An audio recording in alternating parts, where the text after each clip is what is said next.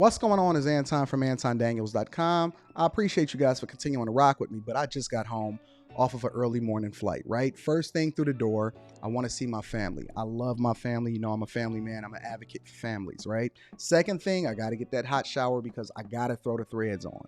The threads make me feel like $1,000,000, but the third thing through my mind and all throughout the trip is that I got to have that Tiege pack.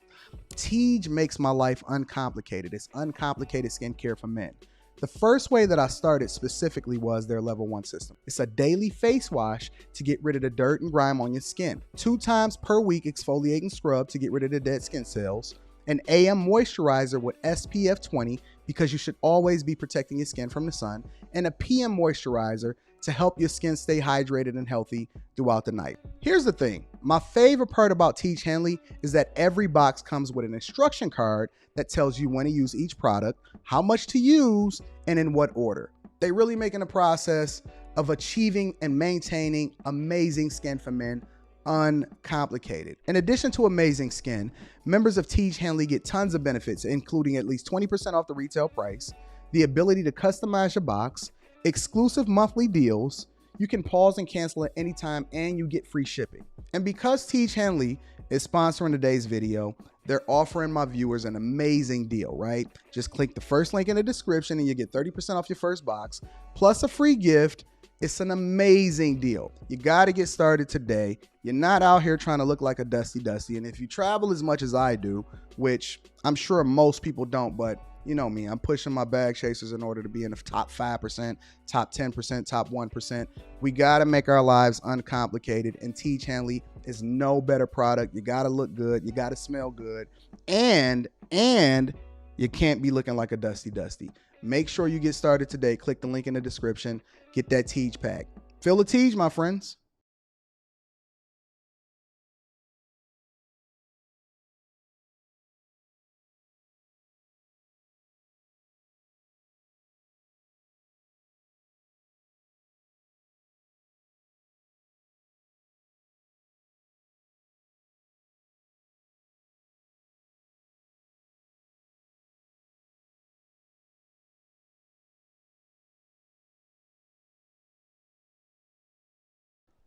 What's going on is Anton from AntonDaniels.com. I appreciate you guys for continuing to rock with me. It is Monday, February 27th, 2023, year of our Lord.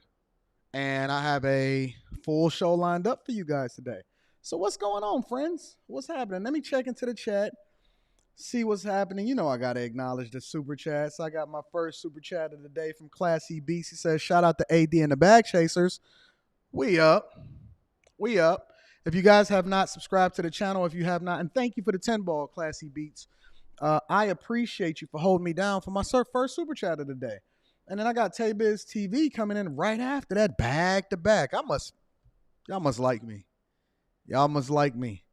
He hit me with the fireball. He said, good morning, bro. Good morning to you too, Tabiz TV.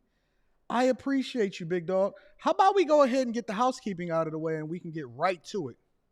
No? No, ladies and gentlemen? Listen, make sure you tap into the Alpha Juice Company. We got all of the discount codes inside of the Alpha Juice Company, getting that popping.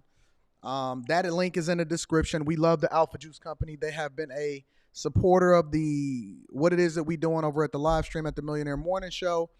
So all of the discount codes, when you go to their website, make sure that you put in a discount code. Don't order it until you put the discount code in, because we want you to get everything that you need as far as from a benefit perspective over, as a benefit from your friends over here at the Millionaire Morning Show.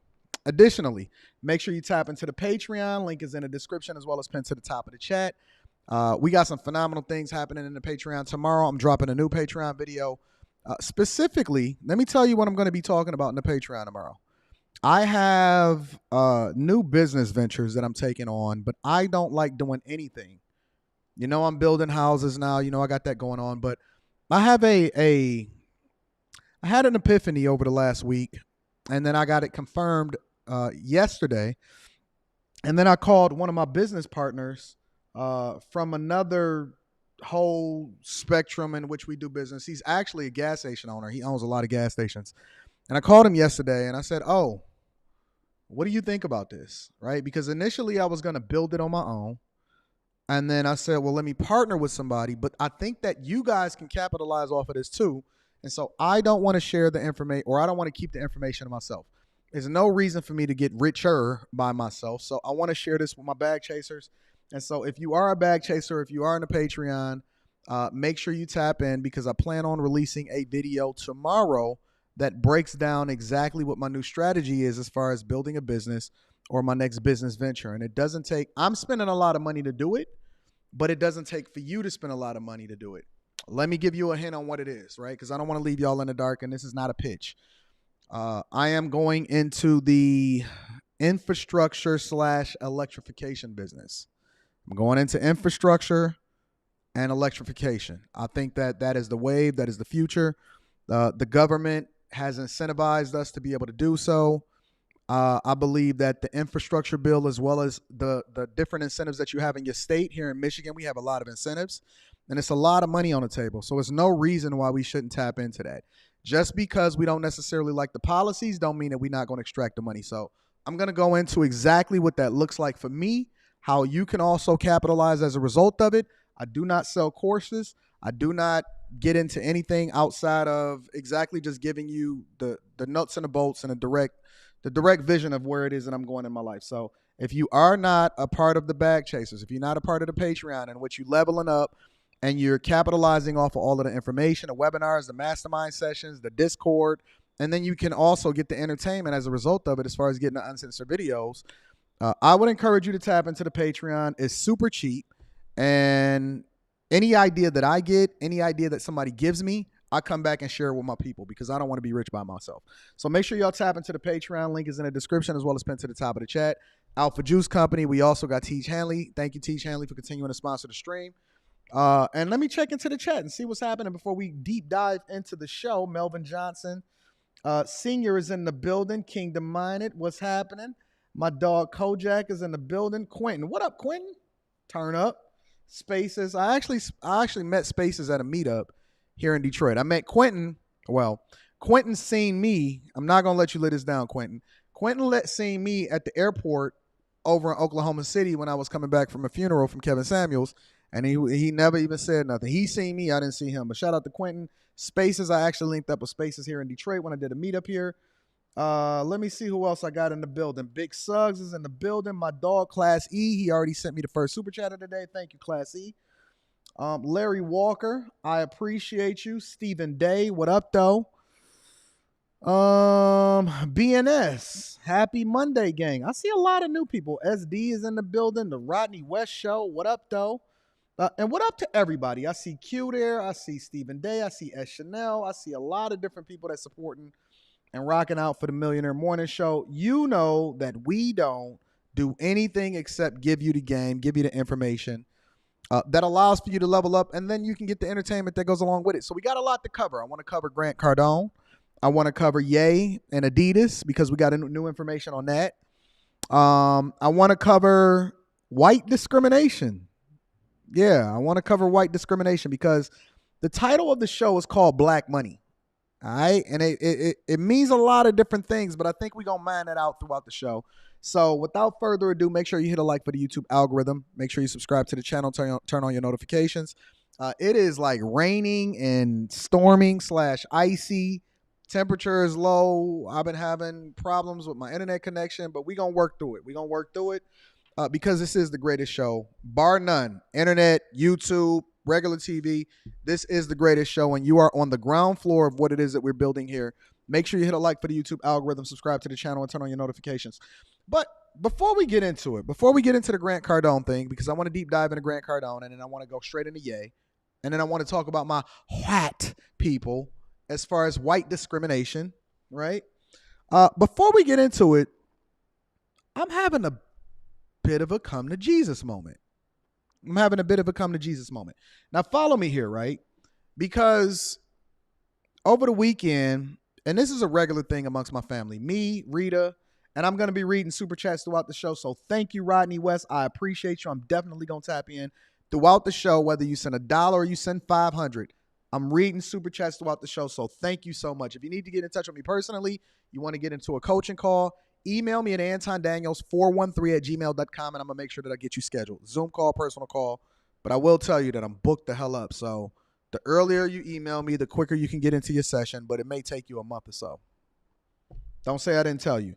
But I had a come to Jesus moment this weekend because Sunday is family day, but me and my wife and my daughter, we're incredibly close. I mean, we share calendars. We cook together. Even if I'm gone all day and I'm able to kick it. What up, Lucky? I see you in the building. What up, Q? What up, Azriel? Even if I'm gone and all of that, by the time I'm getting home, we got so much to talk about. We watch movies together. We eat dinner together.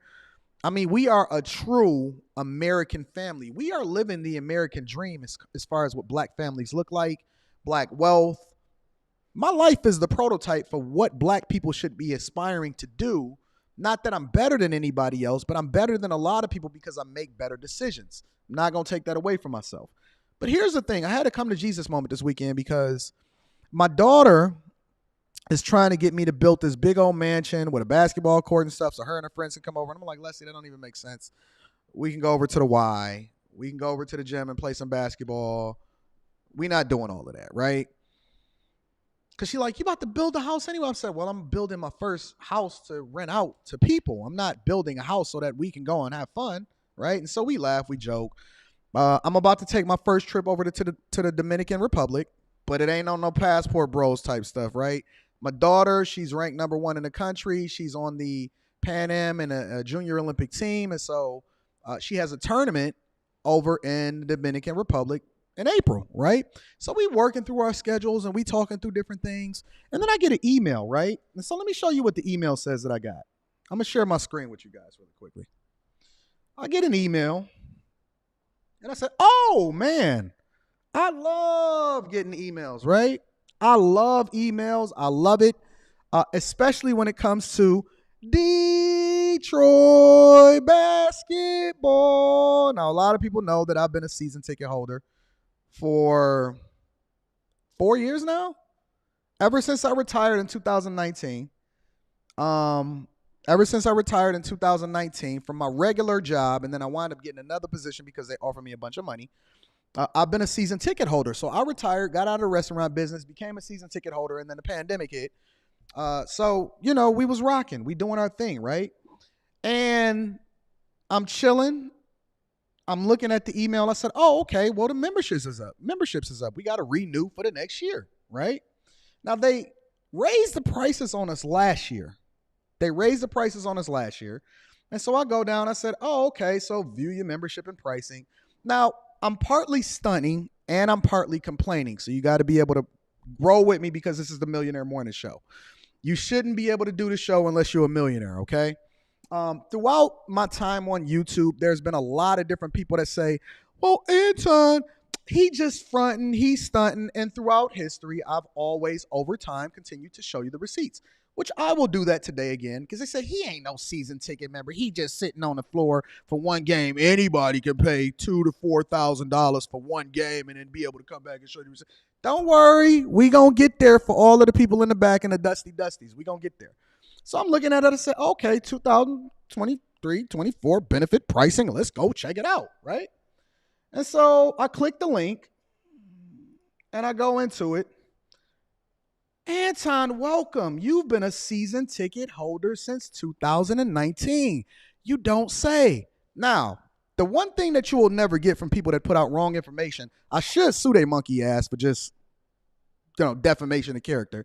But I'm a nice guy because I know that trolls and haters have a role in this space, and it's necessary in order for them to be able to thrive. Here, let me move this over here. In order for them to be able to thrive, they need to be able to do their jobs too, right? So I've been a season ticket holder since 2019 when I retired, when they said that I went broke from the restaurant or whatever. That's when I became a permanent season ticket holder. It was actually the year before. So it was 1920. And then 2021 is when the pandemic hit, right? But neither here nor there. All right. So I got 31 days in order to renew my Pistons contract for my season tickets, right? And so I've been loyal throughout all of the rebuilding years and all of this other type of stuff, right? And so I scroll down of course.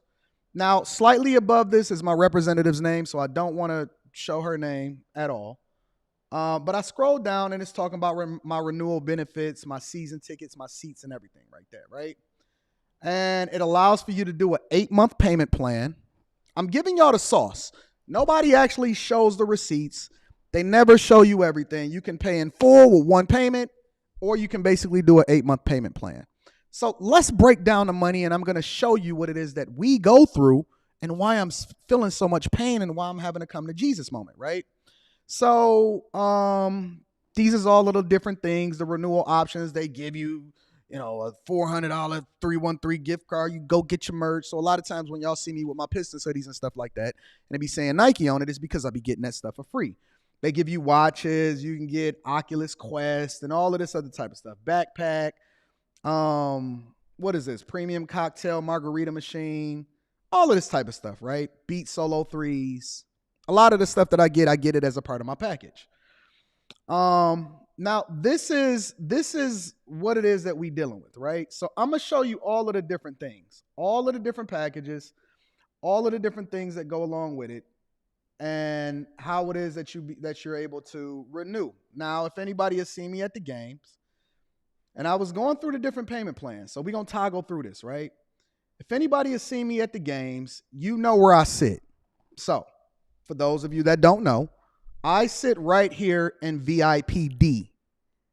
Anybody that I've ever given season tickets to, anybody that, not season tickets, that I've given tickets to a game, if you ever see me vlogging and recording, I sit right here at VIP-D, right in the front, right? VIP-D. So I'm going to show you what the renewal plans is and how much it costs us, okay?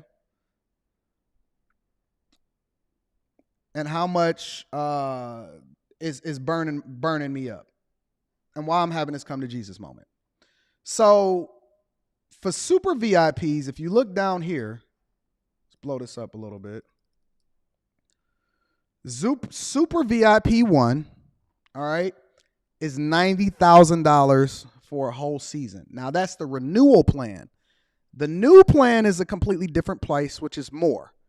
The renewal plan is $90,000 per seat.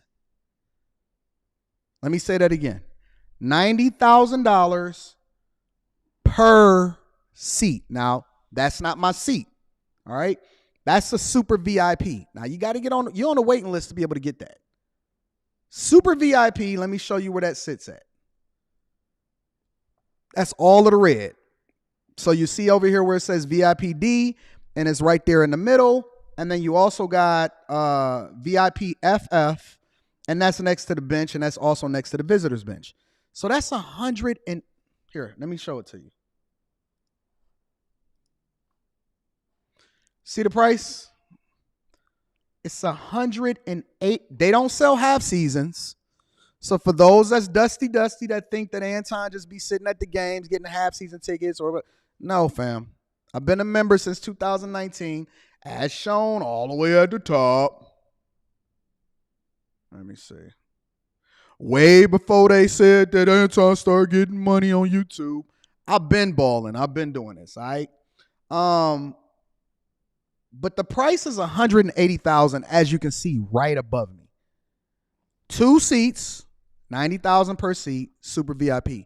Now, you got to get on a waiting list to get them because, and you also got to take into consideration a lot of these people that buy these seats, they are a tax write-off from a corporate perspective, but there's a myth when it comes to tax write-offs, and maybe I'll go into that tomorrow. But $180,000. It's not $90,000 per seat. You got to remember, you only get 41 home games. It's 82 games in a season. It's 41 home games. So you're paying the equivalent of $180,000 because you can only get them in pairs. You're paying $180,000 for 41 games. Now, I'm not that good at mental math, but let me just pull this up. That is because the prices change depending on the games. But I'm going to do the math really quickly. 180 divided by 41. So you're basically paying $4,300 per game. You're paying $4,300 a game. Now, let's go to where I sit. All right. Now, obviously, you can get all of the basic packages. You can go down. You can go all the way down to lower court side. They have some packages where you can go. You're going to be sitting all the way up in the bleachers and the ends. That's $840 or $990 a year, something like that. Yeah. So I sit. Let's go over to where I sit. I sit right here. My renewal plan, $135,000 for 2 seats. Now, if you're getting in there and you're new, it's $141,760. But it's $135,000 for where I sit. And in order to get on the waiting list, then you gotta actually upgrade to probably a space that I don't want to upgrade to in order to get to the VIP ones, the other ones, the red, the middle ones. This is up $15,000. It's up about $15,000, $20,000 from last year. Last year it was somewhere between 100 and 115, depending on where it is that you sat within that sphere. This year it's up to $135,000. Last year they upped it from the previous year, and I'm guessing that they kind of gave us a discount because you had the pandemic and things like that. I'm strongly considering not doing this because even though there's great networking opportunities, and even though we have fun, and even though I give the tickets over to my people and the people that work for me and things like that, honestly in my heart, I'm not sure I enjoy the games enough to pay $135,000 for 2 tickets. I'm not sure that I enjoy these games enough to pay $135,000 again. I'm paying the equivalent of somebody else's house. I'm paying the equivalent of a Mercedes S-Class starting price, base price. I'm paying the equivalent of somebody's whole tuition that they beg and buy and forgive themselves for. Now, again, this is partly a flex. Simply because for those of you that have been rocking with me for an extended period of time, since the beginning, since way before I even started the Millionaire Morning Show or After Hours, I've been a season ticket holder since, what does it say? What? Since 2019? Say it ain't so, Freaky Jason. And sometimes I take my friends. I have people that come in town. I might give Lamar Odom some tickets. I might give Charleston White some tickets. I might give Mayor Kwame Kilpatrick some tickets or whatever. And it's not even just for the Pistons. You paying for the experience. You pay for the networking. You paying to see other teams. You paying to see Steph Curry, Giannis, LeBron, all of these type of people. And I be sitting there yelling back and forth. Some of y'all seen some of my shorts when I was going back and forth against some of the players. DeMarcus Cousins got mad at me, so on and so forth. But I guess my point is that at what point does it become too much? At what point do you stop squeezing all of those that have in order to continue to capitalize off of it? Is this true inflation? I can go and buy a whole nother property for the price that I'm paying for season tickets. I can go buy a whole nother property for the price that I'm paying for season tickets. And I know these is rich people problems. And the reason that I'm having this conversation with y'all is because I want to inspire you, because I want you to have the option to be able to do whatever it is that you want to do. I don't want you out here being a dusty. I don't want you out here saying that it's okay to be average. People that complain about people that have money are literally a reflection of the thing that they don't want to be. People that complain about people that have money is a reflection of the thing that they don't want to be. There is very, very few people, probably a 0.001% of people that actually don't want to be rich. Everybody that's sitting in these Instagram comments that's going back and forth, oh, you don't need all of that. They lying. They played the lottery last night. They praying to God that they hit the lottery. And every single year, Every single day, every single Powerball, they check in that ticket to try to hope that they can hit the lottery. Don't let people lie to you and tell you that it's not phenomenal to live an awesome life. Now, my dilemma is, do I actually want to deplore a specific amount of my resources in order to be able to do this? I'm probably going to renew. I'm not even going to lie. I'm going to be peer pressured into renewing by some of my friends that's sitting down at the court side. And then they're going to be like, Anton, but we got the most live, hypest section and we be having fun and all of this other type of stuff. You got to renew because I don't want nobody stuffy coming in those seats. No, okay, I get it. We feeling it. We rocking. We getting to the bag and all of this other type of stuff. But I guess the point that I'm making is just like, why would I continue to let them squeeze me? And they go up every year. They go up by like 10% every single year. I don't know, Freaky Jason. I'm going to put a poll up inside of the Patreon for the people to be able to vote on whether or not I should renew my tickets. Because I am. Every year I sit there and I complain about it, and Rita hear me agonize and whine and no and all of this other type of stuff. And then I'll be sitting right there at the game. And that's why I be yelling so much, because I'm going to get my money's worth. I'm going to get my $135,000 worth of yelling on the seats. And this is why these NBA players, they make too much money. This is what we paying for. We paying for all of this money. Now, again, I don't care if it's a tax write-off. I don't care if it's in my business name. I don't care if I actually take clients to see the game and all of that. That's not the point. The point is that you, as consumers, want to get to the point where you can do what you want to do.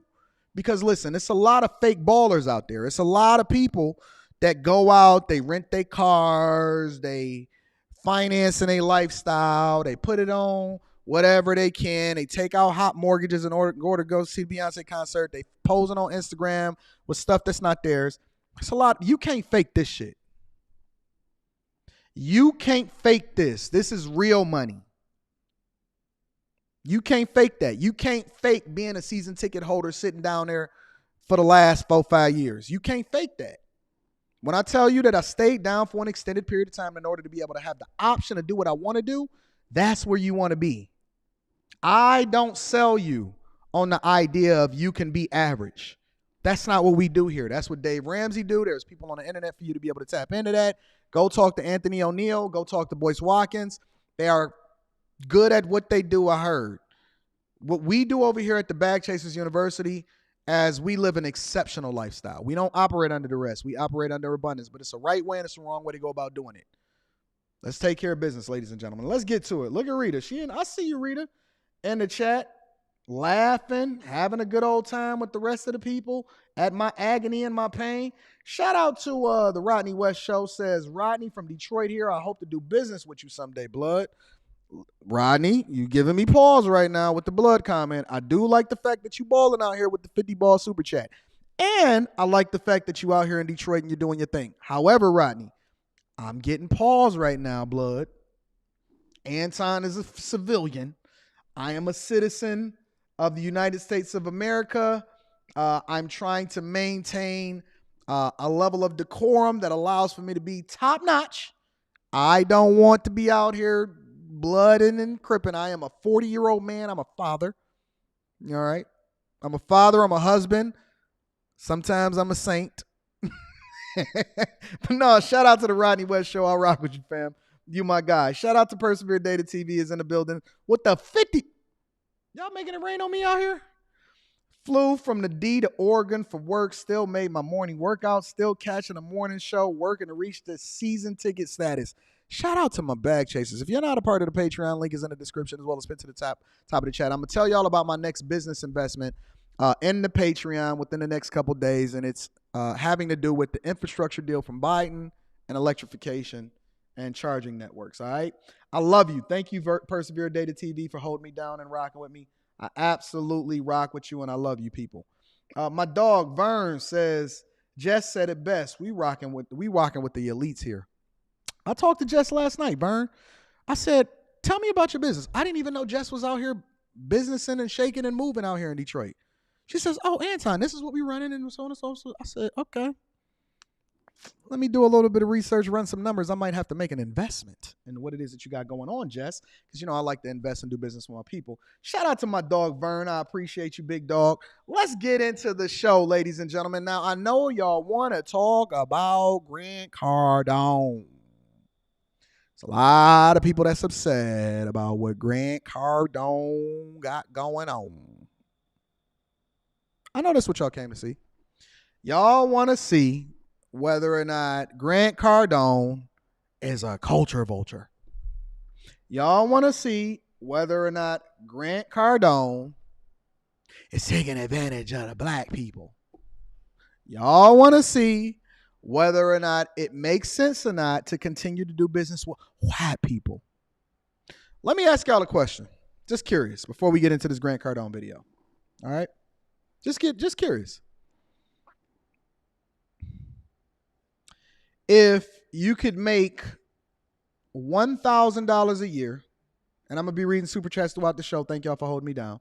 If you can make $1,000 a year doing business with Ray from around the block, but he looked like you. May not necessarily align with your principles, but he looked like you. Because y'all know y'all always say support black regardless of whether or not he's actually a good person or not. If you can make $1,000 a year doing business with Ray's Tire Shop, and you can get it's a profitable venture, possibly. Or you can make $1 million a year doing business with Grant Cardone, even if you think because I'm going to play the video, even if you think he's a culture vulture, would you do it? Ask yourself that question, because a lot of people got a lot of standards because they don't have any vested interest in what's going on in the environment and in the culture. And so when you ain't got no money on the line, it's easy to be a sideline coach. Y'all ever hear these people on a regular basis? They should have ran the ball. I don't know why they ain't give it to LeBron or Dame Lillard. Kobe would have shot it. It's a lot of Monday morning quarterbacking. The one thing that I know for sure, and two things is for certain, is that when it comes to that bread, people don't see color. They see class. They see opportunity. I know people that would do business with the KKK headmaster themselves if it came along with a financial incentive in order to do so. Let me get into the video, because one thing that I needed to do is that I needed to find the original video, because it's very easy to be able to look at what you see as a clip on social media or Instagram. You see a 30-second, you see a 25-second clip, and then people create an entire narrative about it. And so what I like to do more often than not is go and find the original video, and that way I can parse through exactly what was communicated. Now, I have not watched the whole video. I did go through so that I can actually skim through and find relatively where the mark is, where he starts to have this part of the conversation that all of the black people that don't even do business with Grant Cardone got upset at. But let's get into the video, right? Let me try to scrub through and find it where it's at. Yeah, they fought. We had 1 million people this week tune in for an event online that was free. Wow. And it wasn't even the one with Eric Trump, with Laura Trump. I'm just kidding. But it'd have been 2 million people if I. So why do you think it is that you translate so well to people? Because people obviously are interested in what you're doing. Is it because they aspire to be like you, because you are successful and you're not shy about your success? You know, I've seen a lot of the things you've done especially on your Instagram. Did you cringe at any of them? Like, Well, no, it's funny because the way you do things, I actually think is very tasteful. Some people do them and it's a little like, okay, like we got it. Yeah. I think seeing how you did it, it's very tastefully done, but I do think, is it because you're an inspiration to people and people want to be like you? Why do you think you've had all of the follows on all these social media platforms? Well, I think that I'm not tasteful half the time. Like, I'm not. I mean, I look at stuff and I cringe. I'm like, oh my God, I'm sitting on the top I'm sitting on a Rolls Royce on the. Oh, I haven't seen that one. I'll have to go check that one out. And I'm literally throwing money, like.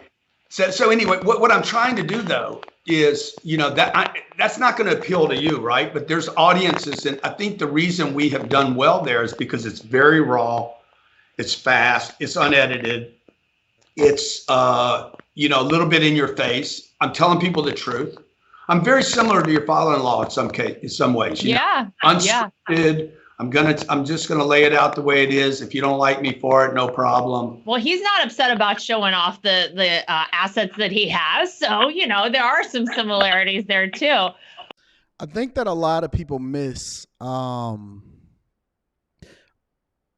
comments that's so, because we're going to get, obviously, he's going to continue to talk and he's going to get into the whole black comment. The thing that people really don't understand, and I like to call it the Mayweather effect, right?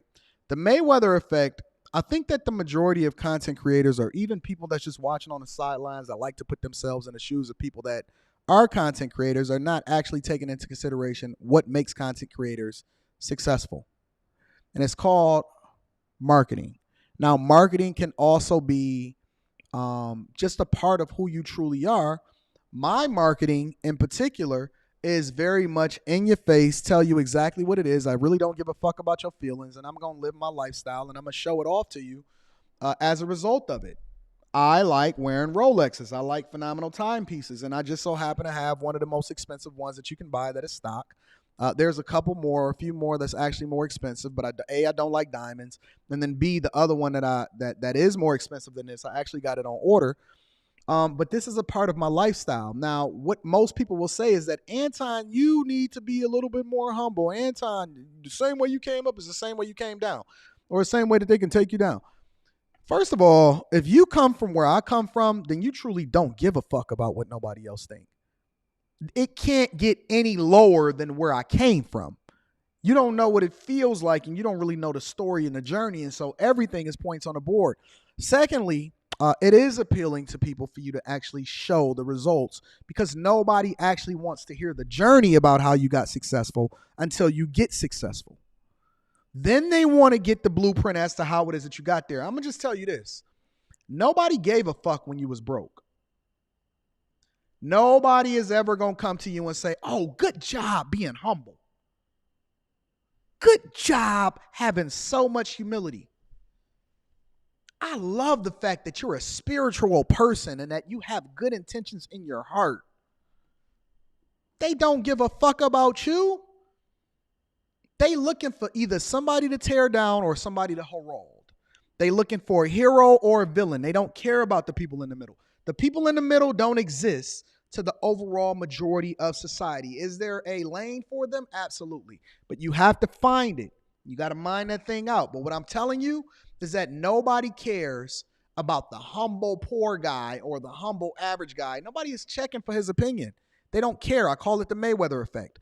Just as many people from a technical boxing perspective tuned in to see Mayweather win, and then the rest of them actually looked at him as a villain and they tuned in to see him lose. They only bought the fight because they was looking to get him his first loss.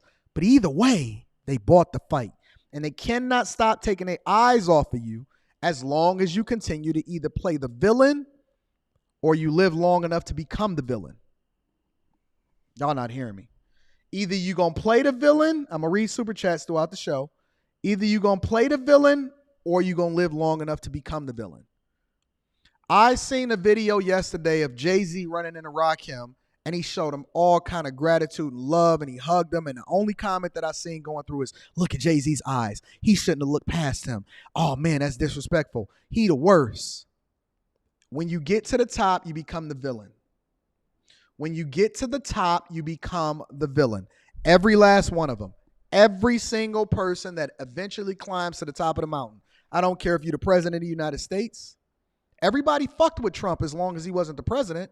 He was the hip-hop real estate mogul. Nobody tripped about the fact of whether or not he filed for bankruptcy, however many times he filed for bankruptcy. Nobody checked and was rocking and going against Trump until he became the president of the United States. Then it was what the fuck, Orange Man bad.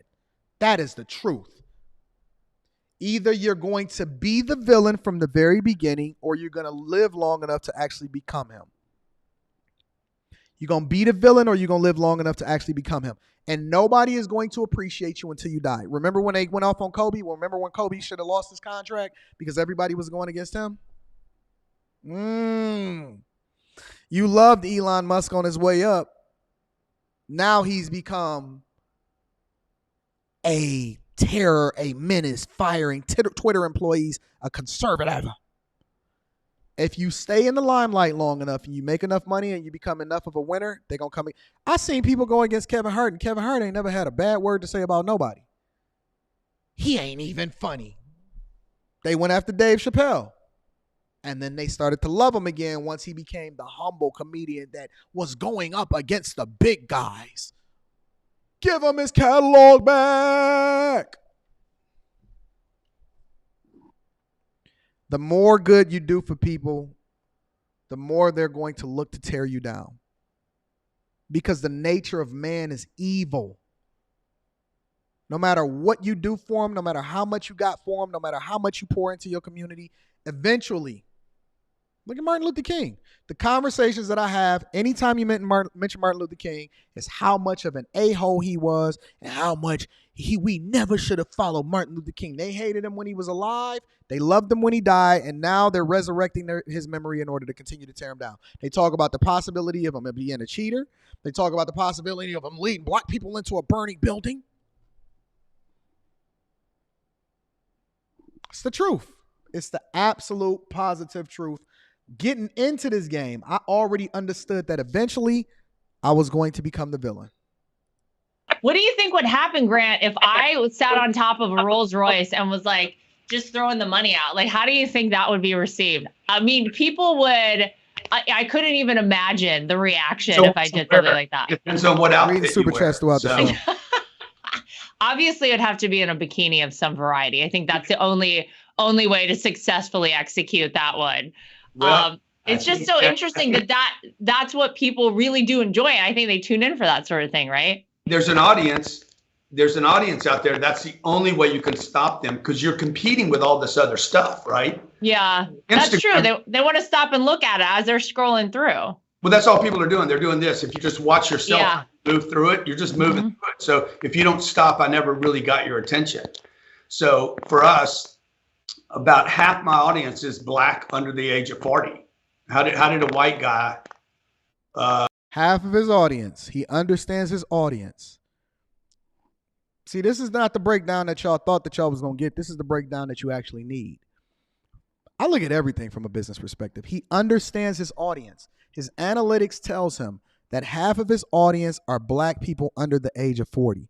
Half of his audience are black people under the age of 40. That is important. Understand your audience. Understand your demographic.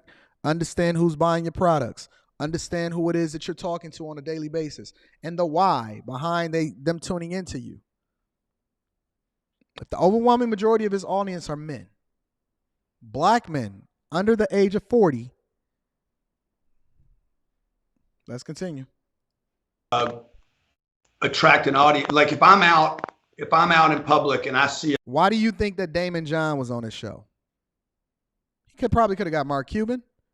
He probably could have got any of them sharks on there. He could have got a whole lot of people. Why do you think that Damon John was on his show? Mr. For Us By Us. A 55-year-old white man or a 25-year-old black kid, the black kid knows who I am. Facts. There's like there's a 10 times better chance, 10x, that the black kid knows me. Now the reason is because we go after that audience and we're talking to them in very street terms, if you will, very not big nomenclature, vocabularies. Mm-hmm. You know, we just keep everything very tight and simple. Now, is it because it's Grant saying it with his white skin? Does it make it any less true about his ability to be able to market himself to his core audience more effectively than the next guy? Because Grant got, what, 2 million plus subscribers, something like that? I don't know. I haven't even looked at it lately. Grant got over, and he appeals to me. I'm literally right there on the cusp. 40-year-old black man, incredibly successful, takes a lot of his principles and ways in which I'll do you one better. You want to know the sauce? I'll give you the sauce. I have literally learned, not just from a financial perspective, but also from a marketing perspective, how it was that I could take some of Grant Cardone's ability to be able to resonate with his audience in the exact same way. Same way. I'm not going to give you all of the sauce because that's Patreon level content, and I'll tell you exactly what it is that I do more effectively than other people. However, his ability to be able to resonate with his audience, you have to first understand who your audience is. So if I understand who my audience is, and I realize, okay, the majority of the people are black under 40, and then I understand the demographic of black people under 40 that's looking for sound financial advice, I'm going to adjust my message to be more or less resonate with them. I'll give you another example. You know why y'all don't like Boyce Watkins? You know why y'all don't like when Boyce Watkins get on to give financial advice? I don't necessarily think that he's wrong because the majority of financial advice is opinionated based off of what you're talking about. I'm reading super chats throughout the show. I'm much better at what I do than Boyce Watkins. I'm much better and I resonate much more with a younger audience than Boyce Watkins. Do you know why? When Boyce Watkins jump on, he doesn't resonate with you. He's blue pill, right? Come on, let's break it down. I'm going to help y'all to look at it much deeper than what it is that we looking at on the surface. He's a blue pill man, married a single baby mother. I'm going to break it all the way down. He's a nerd, but he's a nerd. He's not a nerd that was smart, that was born in the hood. He's a nerd that was like, oh, you must have grew up in a white neighborhood, nerd, so he don't resonate with you. The way that he talk, his lingo, Boyce Watkins ain't going to call you a nigga like I'm going to call you a nigga, and then I'm going to be able to give you the context and say, well, it's the difference between black people and a nigga. I'm different. And it hit different. You know what I'm saying? The same way that rap music hit much different than gospel music. The same way is much easier to be able to listen to the community leader than the professor. If you look in a classroom, and the reason why a lot of classrooms don't resonate with black people is because they can't relate. They need to understand who you are. And I understood getting into this game that I had to substantiate myself just as much as it was my ability to be able to talk and reason with people as far as them being able to tackle what it is that I needed them to tackle. And so when boys talk, it sound like nails on a chalkboard. When I talk, I'm going to be like, fuck your feelings. Who the fuck you talking to? Make sure you get your life together. And then it's going to be people that say, Anton, you're not Christian enough. And I'm going to say, well, what have you done as a Christian to do anything for anybody that actually resonates for the kingdom of God? And fuck you and your Christian beliefs because you're not actually Christian enough either because you ain't living it and you fucking on somebody else's girl. Punk. It hit different. It hit different. And so when I see Grant and he's saying, listen, for us to be able to resonate more effectively, he going to show you the jet. He going to show you the Rolls Royce. He going to talk his talk and he's going to be like this and that, so on and so forth, or whatever, so on, however it's going to fly. And it's going to hit. It's going to resonate. Now, the question that you then have to ask yourself is the information actually pertinent or accurate enough for me to actually use it and get some value out of it? That's a completely different conversation. But when it comes to marketing, he's 100% right. I hate to say it, but he's 100% right. And at the same time, we've had, raised $1 billion in the last 3 years over the internet from accredited investors. So we're hitting both bands. They're all on social media. The whole world's there. Now, when I seen this clip on Instagram, they clipped it up to remove that second part. They didn't keep that second part in. They only had it to the first part. They didn't keep that second part in. Why do you think that is? Whoever originally made that clip, why do you think that they did it that way? Did they do it that way in order to actually parse through and get you some information that allows for you to be more successful? Or did they do it to actually be able to get some views and paint Grant Cardone a certain type of way in order to make it seem like he's a culture vulture because he said that he markets to black people and he understands that the way that people want to be talked to within that community is a certain type of way. If I'm marketing to Mexicans, if I'm marketing to Arabic people, if I'm marketing to a white man that is above the age of 60, would I be talking like this? Would I be when I be saying nigga and all of this other type of stuff? No, I wouldn't. I absolutely, positively would not. If I'm marketing to women that are looking to vote a specific type of way, then you have to change the way in which you deliver the message itself. It could be the same message, but you can say anything to anybody if you say it the right way. But you need to understand your audience and your demographic.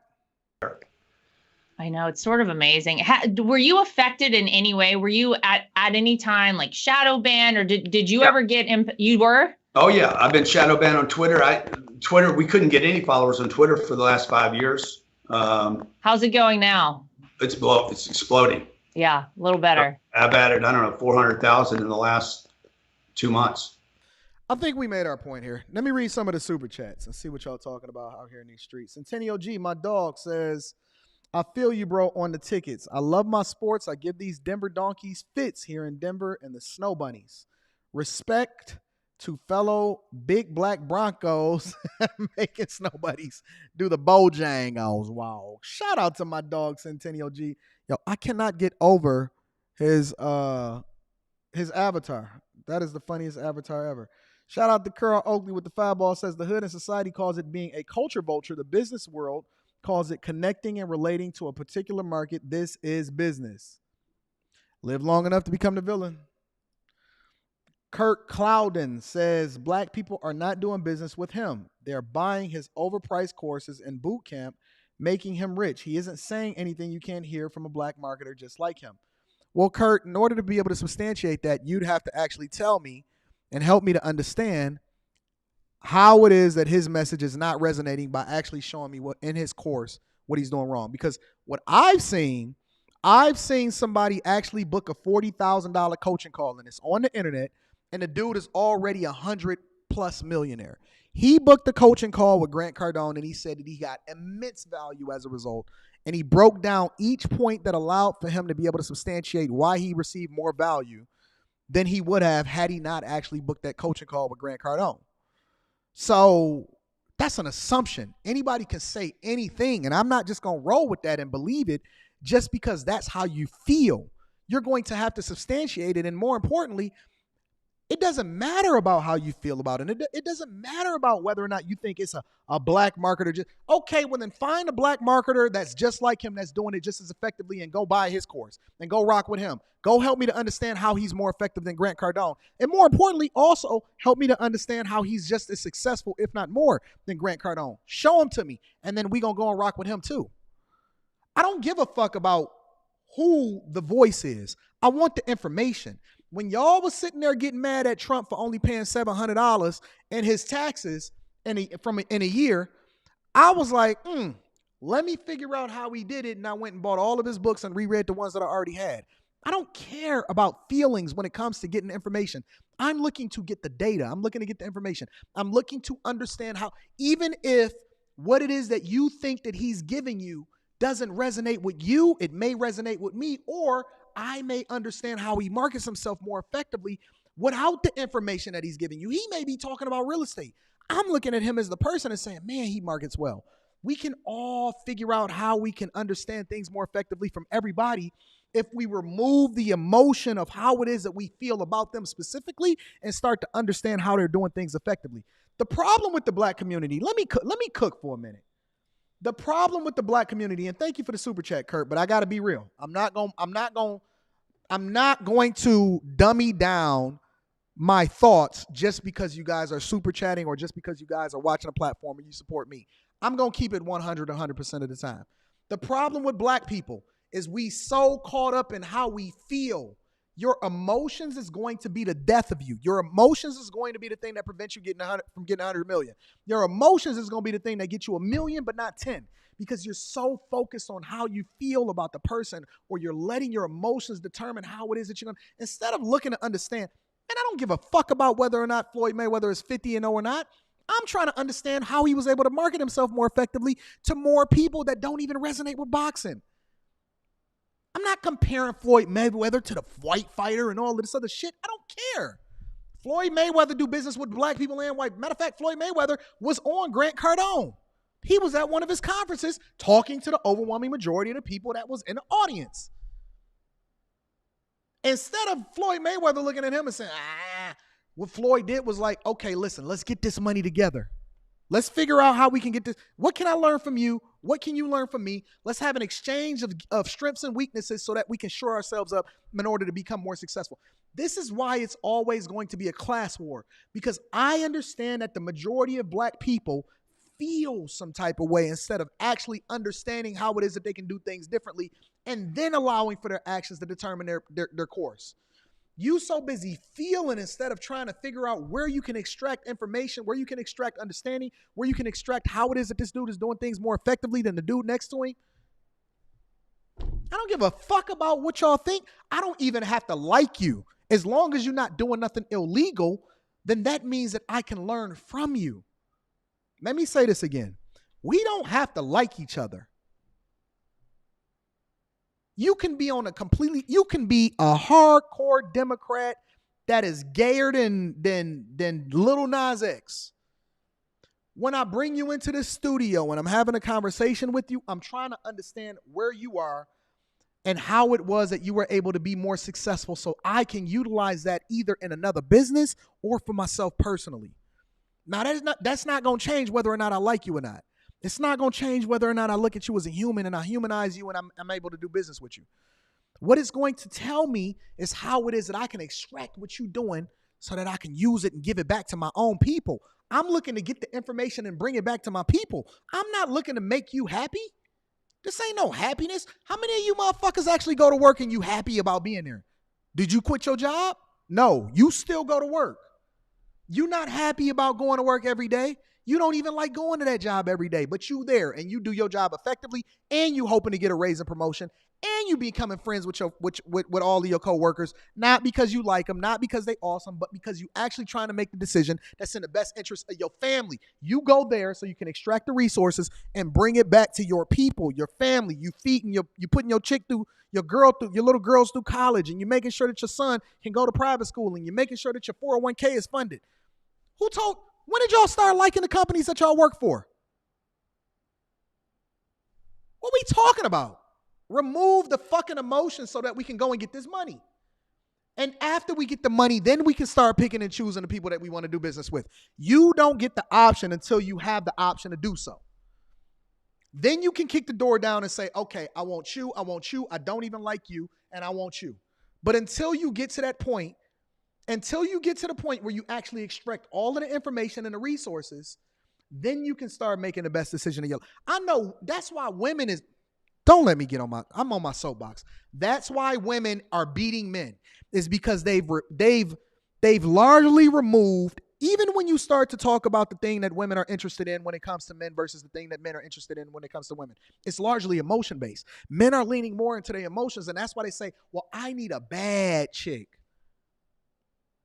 A woman is saying, I need a provider and protector. She don't give a fuck about what that dude look like. She trying to make sure that she's straight and that her kid is straight. And so she's making strategic decisions on how it is that she can align herself with somebody that's more aligned with her personal interests, and then she'll leave your ass later. You sitting there talking about, I need a baddie. We so emotion-based as far as how it is that we operate instead of looking at everything from a business perspective. Look at it from a business perspective. Get everything you can out of everything that you can, and then you go and do what the fuck you want to do. But until then, I'm not complaining about nobody until they can actually give me all of the information that I need. And then I'm going to be like, you know what? I want to do business with that person instead of that person. Because until then, I got to look at you. I need the information. I need to know what you got. You may have paid $350,000 for your education, and I'm going to sit under you like a little baby and learn everything that I can learn because I'm getting it at a discount just by sitting up under you. I'm not talking about no fucking emotion. I don't care how many people you like or you don't like. I don't even agree with 100% of what my mama say, but I sit there and I deal with her.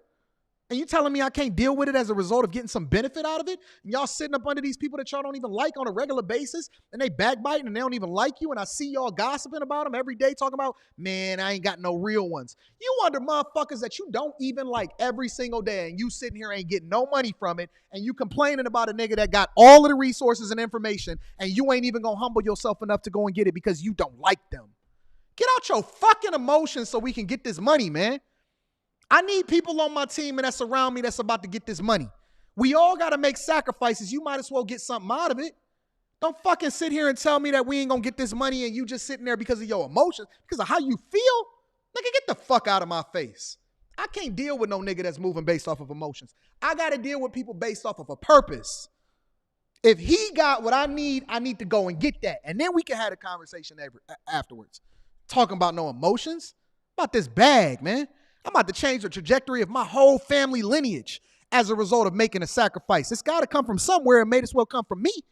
We got these women every single day. They sit over there, they throw it back, they bust it down, and then they use your money in order to put themselves through college and take care of their little kid and use the simp. They actually operating out of a business perspective because they have pergaments. They want the best available option with all of the information, and they're going to work their way up the ladder, and they're going to monkey branch all the way through. And we sitting here at the bottom of the barrel in last place as black people talking about how we feel about somebody. How does that make sense, y'all? How does that make sense? Why are we talking about how we feel when we ain't got nothing? You ever seen a poor nigga? Have y'all ever, Jesus, let me cook. Have y'all ever seen a bum turn down a meal that you buy from them at the store and they say, I don't want that, I only want the money? You be like, nigga, fuck you. You ever seen a dude turn down a blessing? We ain't got time to be sitting here talking about what we like. We starving. You on the streets. You got nothing. Black people ain't got nothing. We've been at the bottom of the barrel since the beginning. Since the time you've been born, all the way up in 2023, February 27th, year of our Lord, we sitting here broke as a collective. And we sitting here talking about how we feel? We need a different strategy. If I'm the leader of black people in general, I can't be the leader because I'm going to have you get out your emotions. I'm going to say, listen, homie, I need you to make the sacrifice. Go in there and infiltrate. Learn everything that you possibly can and then bring that back. Go get that bag and bring that back to the fam. Let's hunt. Let's hunt. Not only let's hunt, let's learn how they do it more effectively, and then let's hunt more effectively. We can't sit here and have a war if we ain't got no ammunition, we ain't got no troops, we don't even know how to land, we don't know what the terrain look like. You behind enemy lines and you don't even know how to find your way back home. And we sitting here talking about how we feel? Boy, don't get me started. You know me. I'm gonna have to calm down because I got a whole show. I got other segments that I want to get into. But y'all be trying to fire me up. Y'all be trying to put me in this space that's not conducive for my for my well-being. It's too early in the morning and I got too much more of the show to do. Let me get to some more of these super chats. I'm just saying.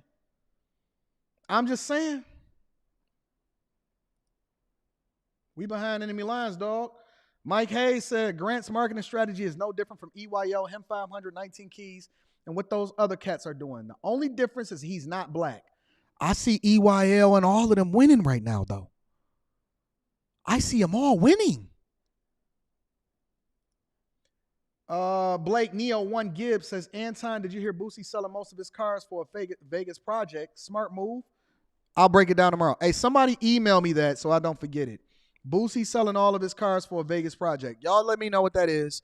I haven't heard of it, but I'm hearing it for the first time. Thank you for holding me down. I appreciate you for the 20 ball, and thank you for the suggestion. Aaron says, notice that he couldn't help but to mention his book 10 times, always be selling in a marketing genius. I agree.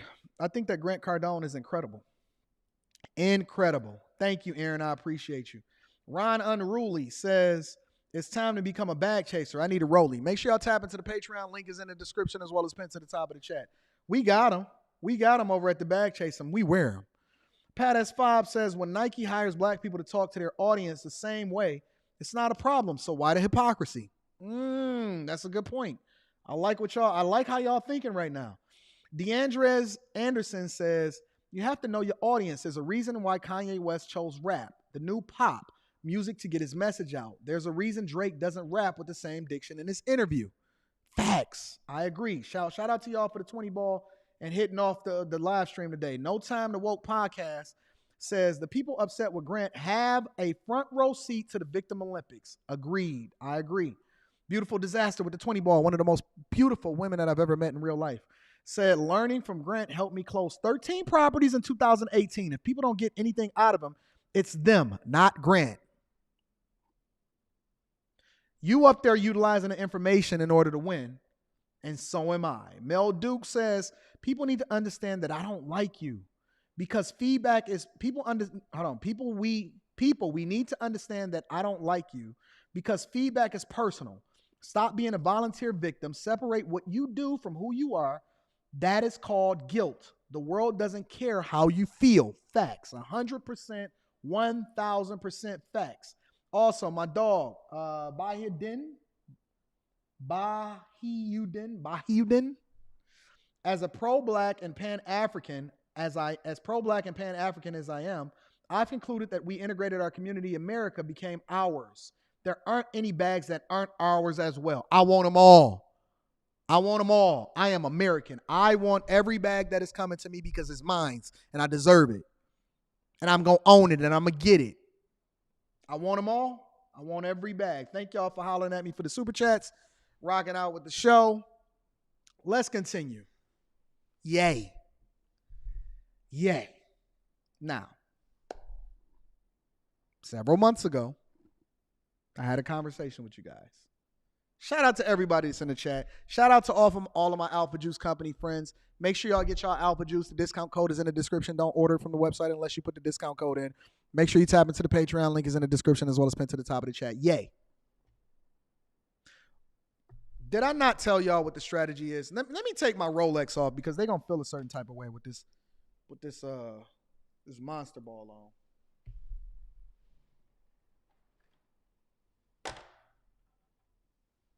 What did I tell y'all what the strategy was a long time ago? As a matter of fact, I did a video and it did a lot of views and I dropped it right on this channel.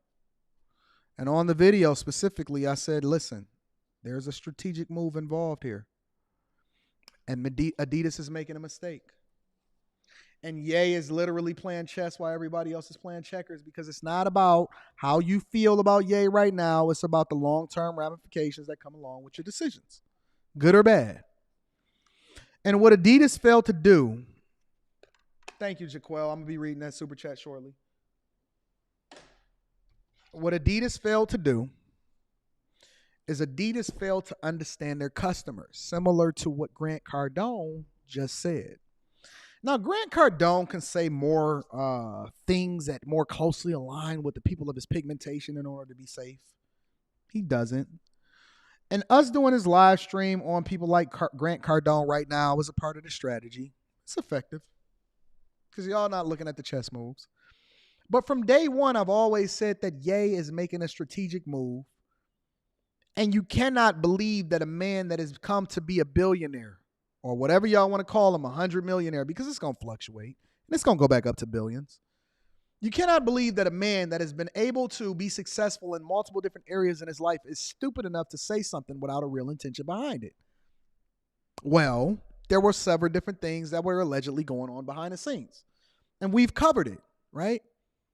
The allegation that Adidas had finessed him out of his intellectual property as far as the designs of the Yeezys. Adidas allegedly stealing his employees. But more importantly, Adidas freezing his money once he said something that didn't align with what it is that they felt because he realized that it was time to start making moves to get out of that contract. But what happened to Adidas and who suffered and who really lost as a result of it? It wasn't Ye. Ye is still out here living his life, having a good time, not worried about being canceled because he's going to do whatever he want to do when he want to do it. And he's going to still be great. And as long as you understand things from a business perspective, similar to Prince. Prince is one of my favorite business people of all time. You never abandon the talent, ever. As a company, as a manager, as a boss, as a promoter, you never, ever turn your back against the talent. What Adidas failed to do, and I'm about to share some articles with you guys. What Adidas failed to do was truly understand who had built that company in the United States in the minds of the consumers. So instead of them operating like Nike with Jordan or LeBron, they decided to go woke and they went broke. So as a result, Adidas stock price is tanking. They're losing hundreds of millions of dollars. Ivy Park is not selling with Beyonce. This is such a beautiful thing. But ultimately, they tucked their tail and they came back into the front of the congregation. And when they came back into the front of the congregation, you got to come with a bag. You got to come with a bag. And not only do you have to come with a bag, you have to come with your tail tucked behind your legs. You got to come back. You got to give me my intellectual property. You're going to have to do the thing that's in my own best interest because this is a long-term game that we playing. This ain't short-term. Now, there's rumors of what's happening out here in the industry. And one of the rumors is that Ye and Adidas reportedly reached an agreement to sell the rest of the Yeezys that Adidas didn't realize that they wouldn't be able to sell without Ye. Who's in the office and who's not really tapped into the culture to be able to understand how their customers operate? The majority of the people that were calling for Ye to be removed and talking about anti-Semitism weren't actually even Yeezy customers because Yeezy customers didn't give a fuck about what Ye was selling. They just want them dope shoes. Let me tell you something. Let me say it one more time. The majority of the people, overwhelmingly, don't care nothing about what was going on with Ye and how he felt and how many masks he wore and how much he been simping. Ye been crazy in a lot of people's minds for a long time. Ye was crazy when he was out here chasing Kim Kardashian, but it did not stop anybody from rocking his Yeezys. Ye has been crazy for Ye is the only person that went over there and supported Trump when nobody else was rocking with Trump. Now it became cool to become a conservative when everybody was talking about go woke. And he sold more because he understands his market and he understands his place in it. But here's what's being said. According to reports, Adidas, look at how the stock price is jumping today. And Ye have reached a new agreement following the official termination of his partnership with Yeezy. How come they not still woke? I'm going to tell you why they're not still woke. Because it's important to do the thing that's in the best interest of the shareholders. Nobody cares about how you feel. They only care about the bottom line. Nobody cares about how you feel. They only care about the bottom line. I'm going to be reading super chats. Thank you guys, including Big Suggs that's holding me down. Rumors circulating on the internet and social media are now noting that the German sportswear brand has carved out a new deal with Ye to sell the $500 million worth of remaining Yeezy sneakers. I'm going to tell you what's really happening. You heard it here first, the same way that you heard it a long time ago.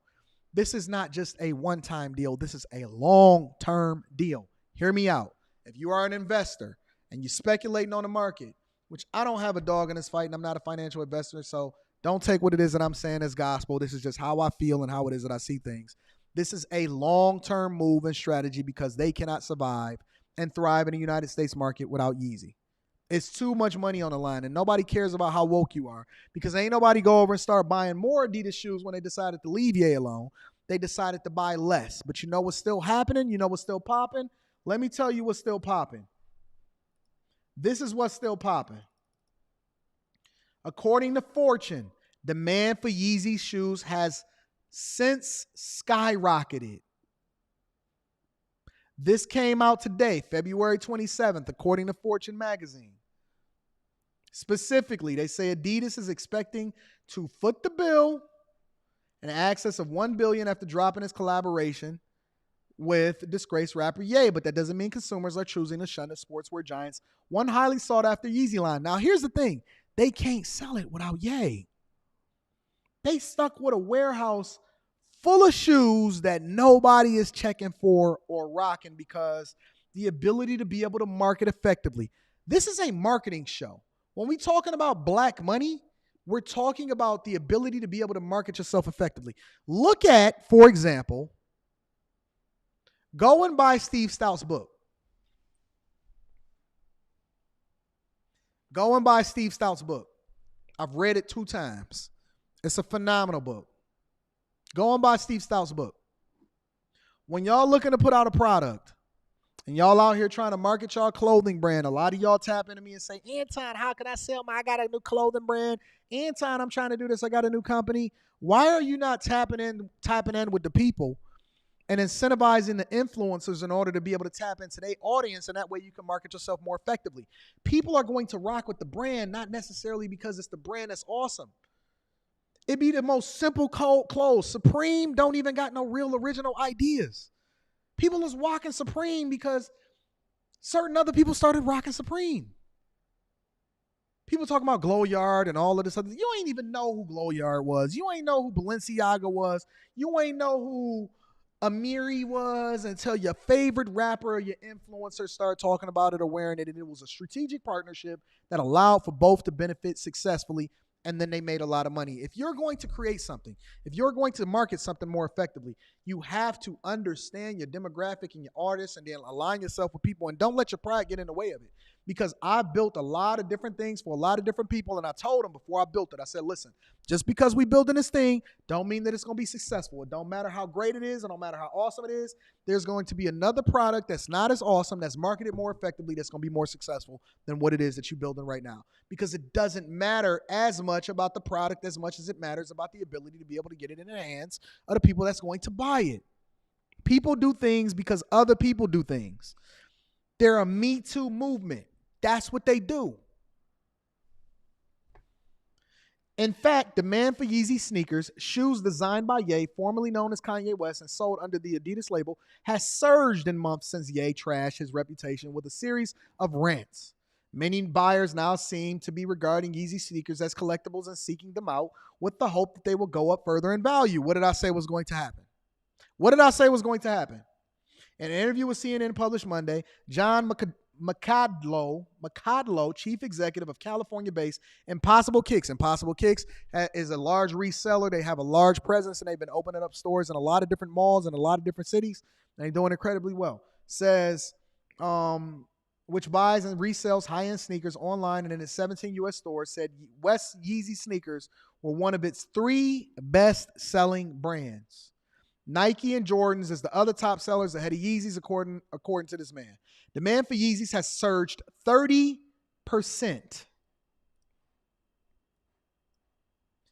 Hey, remember all of those people that was sitting there and telling me how sneakers ain't an investment? Man, let me tell y'all something. Can I pop my collar real quick? I've been shitting on y'all for a long time. I can't see, or even remember some of the different people in some of the videos where people were saying that sneakers ain't an investment. He don't know what he's talking about. Tell me where you can go to get a 30% return on your investment. Tell me where you can go it's not about the item. It's not about what everybody thinks. It's understanding the market. When y'all come to me and y'all get a coaching call, make sure y'all email me at antondaniels413@gmail.com. When y'all come to me, and I told y'all my long-term strategy inside of the Patreon of what it was that I was doing with the sneakers. And y'all come to me and y'all say, Anton, give me your stock picks. What is it that I should invest in?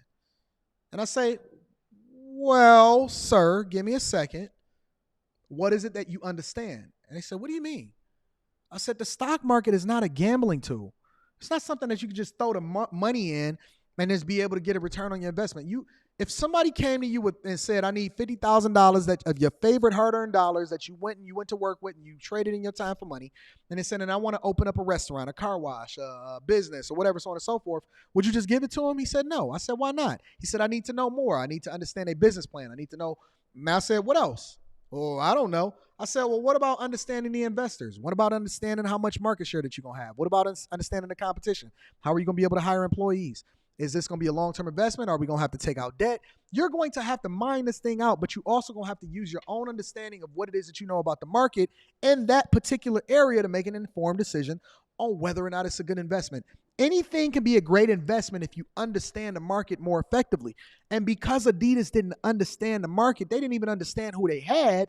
They were so focused on going woke, and as a result, they started tanking their stock price, and their shareholders started getting a little spooky. Next thing you know, some hair's going to start rolling over, shuffling at the top. But when you start to understand your market more effectively, anything can become an asset. So when I hear somebody tell me that sneakers can't become an asset or they don't go up in value, it just tells me how little they know about understanding how assets work. That appreciate specifically.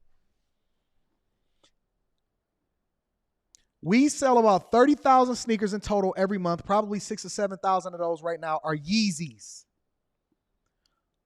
Many customers seem to be unaware. Look, listen to this, y'all. Let's blow this up. Let's blow this up a little bit. Many customers seem to be unaware of any controversy around Ye. That means that the people that's sitting there talking about the Go Woke and all of this other type of stuff that's sitting on CNN, Boyce Watkins and all of them, the sneaker buyers don't give a fuck. They're not checking for what you think is important, and you're not even a sneaker guy. You're not even a sneaker person. You ain't no hype beast. You don't know nothing about what's going on in this particular market. You talking about and having conversations about something that you don't know nothing of. They don't care nothing about that. Alex Jones' audience is not buying Yeezys.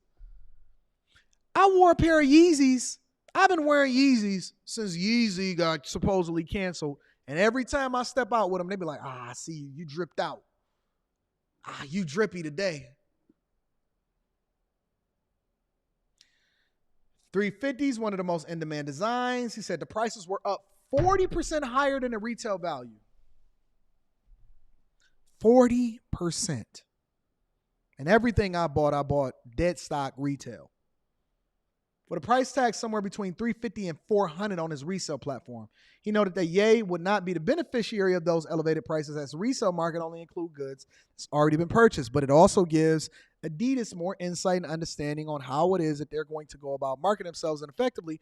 And they don't want to look too stupid, so they're trying to parse this out a little bit differently, but you see they're not burning and removing all of that stock out of their warehouses either. So my point that I'm trying to make to you guys is you need to be a little bit more strategic of how it is that you're going about looking at things, because it's not going to suit your interest to lean into the emotion, the fake woke, or anything like that. What it's going to do is benefit you to understand the buying habits and how to market yourself more effectively to people. That's the difference between people that are successful and the people that stay in mediocrity, that's in the middle class, that's going to continue to go away. Now, last but not least, perfect way to end this. We've been cooking today. I hope have y'all hit a like for the YouTube algorithm, subscribe to the channel, and turn on your notifications? Have y'all tapped into the Patreon? The link is in the description as well as pinned to the top of the chat. Have y'all ordered y'all Alpha Juice Company? Have y'all? Because we've been cooking today. We've been cooking today. Have y'all shared this with your friends and family because you don't want to be broke by yourself? No? Jaquel PF, shout out to you, says the passion of Anton lives on long after you gone. Shout out to my dog. I appreciate you with the 2-ball. Big Sus with the 5-ball says Ye has the upper hand, and I hope he gets a better agreement and more control. If I'm Ye specifically, I'm doing a short-term one-off deal in order to be able to get back all of my designs and my intellectual property.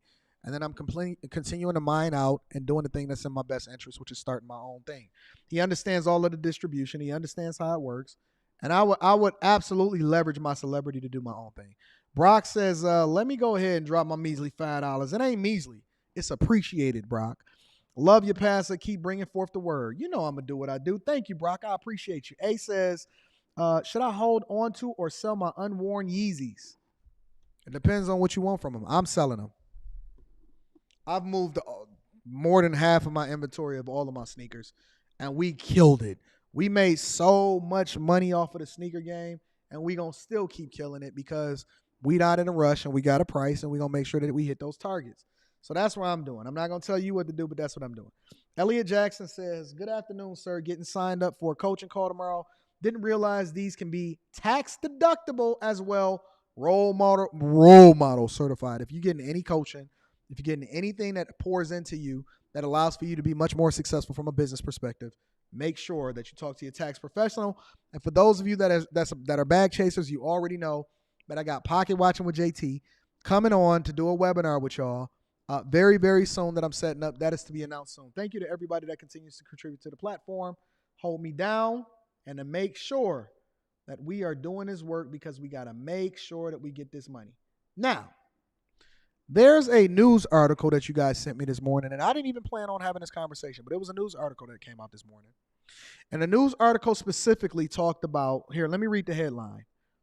It says, white student sues, y'all had to know this was coming. White student sues historically black college for $2 million over racial discrimination. Black people, I warned you. You wasn't going to keep getting away with saying whatever it is that you wanted to say about everybody else. And they wasn't, at some point, one of the 350 million people in the United States of America wasn't going to come back and be able to say something back to you. Let me read it again for you. Matter of fact, let me hold off on this. Let me share my screen. White student sues historically black college for $2 million over racial discrimination.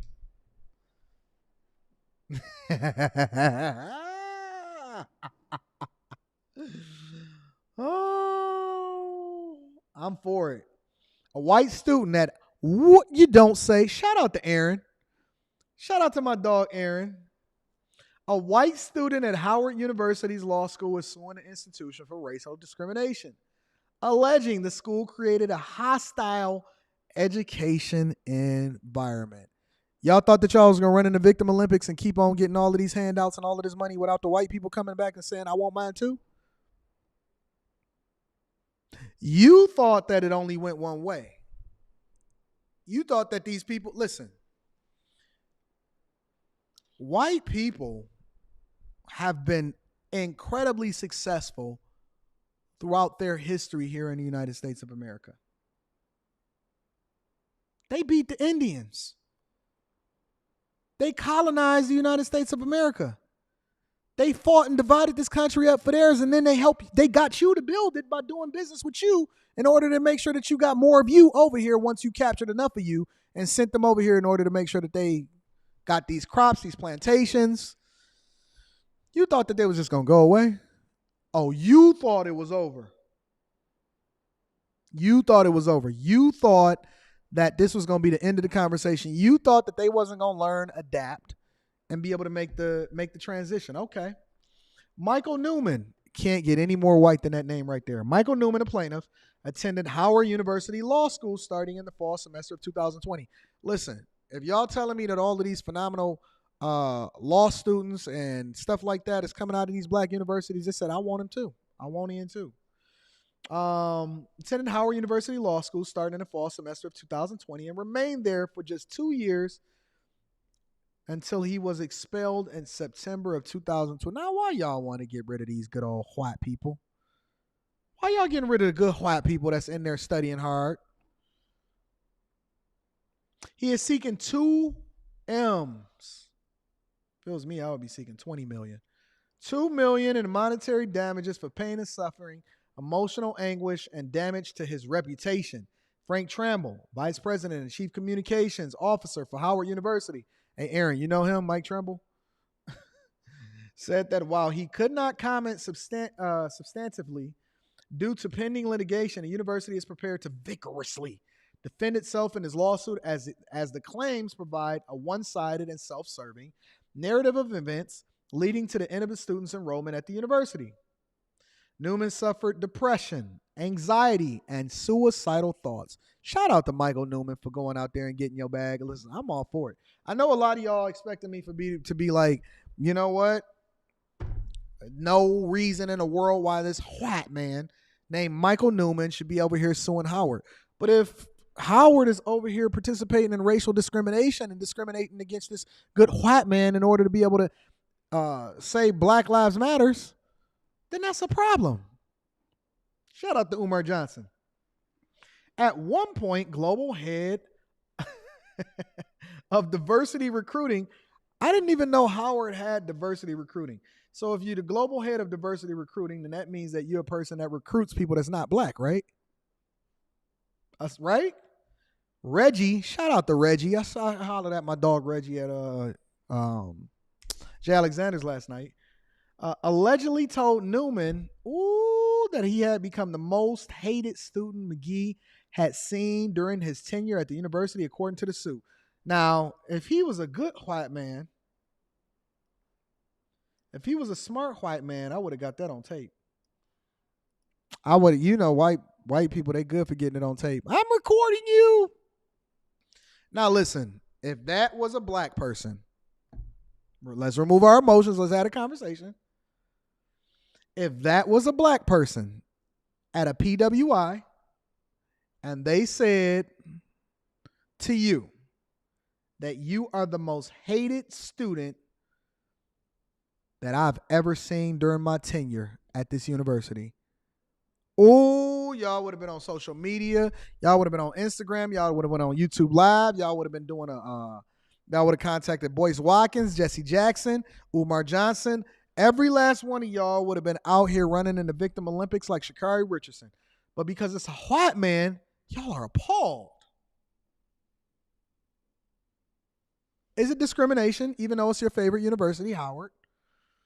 When Newman raised concerns, and he did it the right way, he went to the school administrators. See, white people do things in order. They do things orderly and just. The law school's dean allegedly denied that Caucasian students at Howard Law and Newman in particular face racial discrimination to any degree. Following discussions of Newman's purported racial insensitivity, students learned of a tweet from Newman's private Twitter account that included a picture of a slave bearing a badly scarred back of a caption, "But we don't know what he did before the picture was taken." Sounds like he was a troublemaker. It doesn't mean that we don't have freedom of speech. And just because you don't like this good white man that's paying his good earned money in order to go to this law school, don't mean that you got the right in order to be able to take it out and racially discriminate against them. Because when I see black people, they turning the tables on y'all. See, the minute that you started advocating for special treatment is the minute that you then put yourself at a disposition or a disadvantage to be able to continue to say what you want to say. Now, if you sitting at a PWI or you sitting in a classroom and it's all white people, then you say black power. Or I should be able to wear my hair wherever I want to wear. And I should be able to wear black soap and I want to wear all my chakras. And white people, and they continue to put their knee on George Floyd's neck. Are you looking for them to acknowledge your pain? Or are you looking for them to hold you accountable for your actions? Because that's what's happening right here. It's just in reverse. It's just in reverse.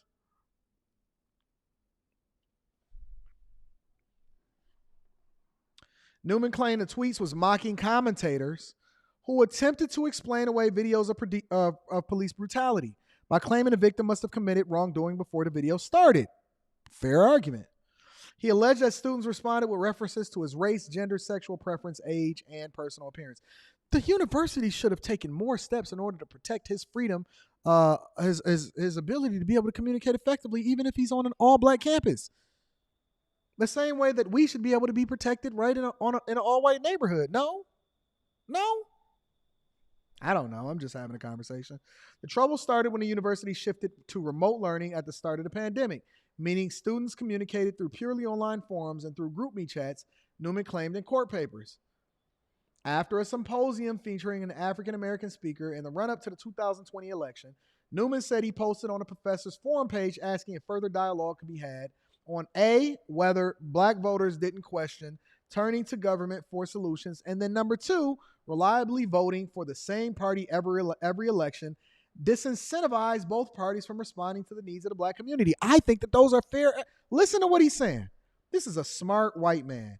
He said, listen, after we had this whole thing, I posed the question in the forum of whether or not black people are really disincentivizing themselves from actually getting the benefits by voting one way and not requiring. That's what we want, right? We want candidates to come to the table on both sides of the aisle with things that are more beneficial for the community at whole. That's what other communities do. And he's saying, listen, you can't turn to the government for solutions and beg them. And then more importantly, why should they do anything for you when they already know that you're going to vote one way? That's what he's saying. Why should the government do anything for you when they already know that they got your vote sold up? This is a good man to have on your team. I think that he's a good lawyer. I think that he's making the right decision. Some students responded negatively. You know how black people get. They all in their emotions to Newman's posts and reached out to the school administrators, prompting Newman's removal from one of his group chats for the class. That is discrimination.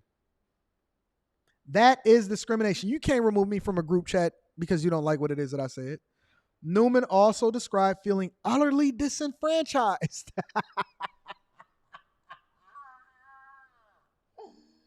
at the school and compared himself to a black student at a primarily white university. The student response was again largely negative, with some calling his comment offensive. Newman repeatedly apologized for offending anyone, stressing he was seeking to learn not just law, but to learn the thoughts and experiences of people of color.